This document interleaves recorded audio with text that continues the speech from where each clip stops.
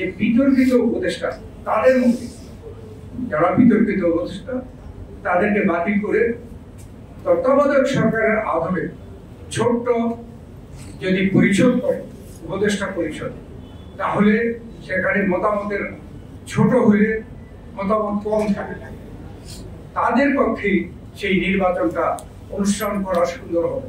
একমাত্র নাকি বাংলাদেশে বিএনপি নির্বাচন চায়।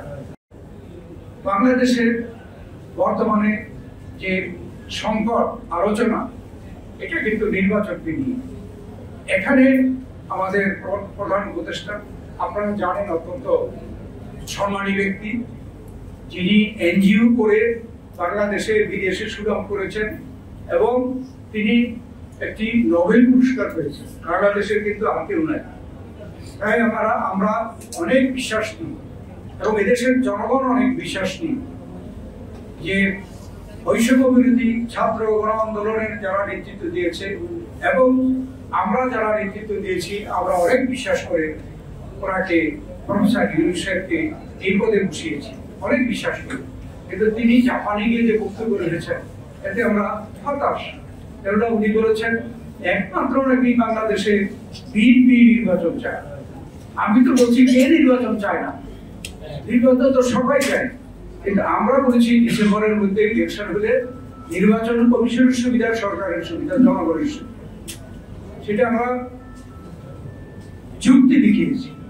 যদি অন্য কোনো যুক্তি থাকে, সরকার পরিষ্কার করুন, করে নির্বাচনের তারিখ ঘোষণা করুন, সেটা ছিল তাদের দায়িত্ব। না বলে বিদেশি গিয়ে বলছে শুধুমাত্র বিএনপি নির্বাচন চায়, এটা সঠিক। আপনারা পত্রপত্রিকায় দেখেছেন, তারপরে জাতীয় পত্রপত্রিকায় লেখা হয়েছে 52টি দল একত্রিত হয়ে নির্বাচন ডিসেম্বরে চান এবং সেই দলগুলোর নাম, নেতাদের নাম তাদের বক্তব্য পত্রিকায় প্রকাশ করা হয়েছে। এখন যদি প্রশ্ন উঠে যে আপনার উপরে যেখানে আমাদের এত বড় বিশ্বাস, আপনি কেন দেশের জনগণকে বা বিদেশের নাগরিককে আপনারা কেন ভুল পথে পরিচালিত করবেন, কেন আমাদের মধ্যে একটা বিভ্রান্তি সৃষ্টি করবেন? আমরা এখনো আশা করি যে তিনি এই কথা উপলব্ধি করে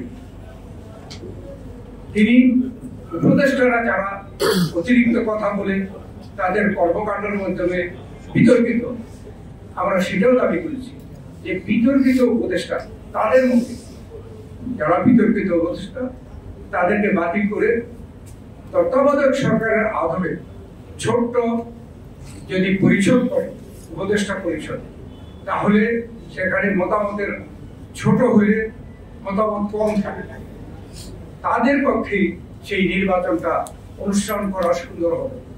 এটা নিয়ে নানা কথাবার্তা হচ্ছে। অতএব আমরা যদি বাংলাদেশে আমরা শহীদ প্রেসিডেন্ট জিয়াউর রহমানের যে আমরা আলোচনা করলাম এই দীর্ঘ বলি নেই, কারণ এমনি অনেক দেরি হয়ে গেছে।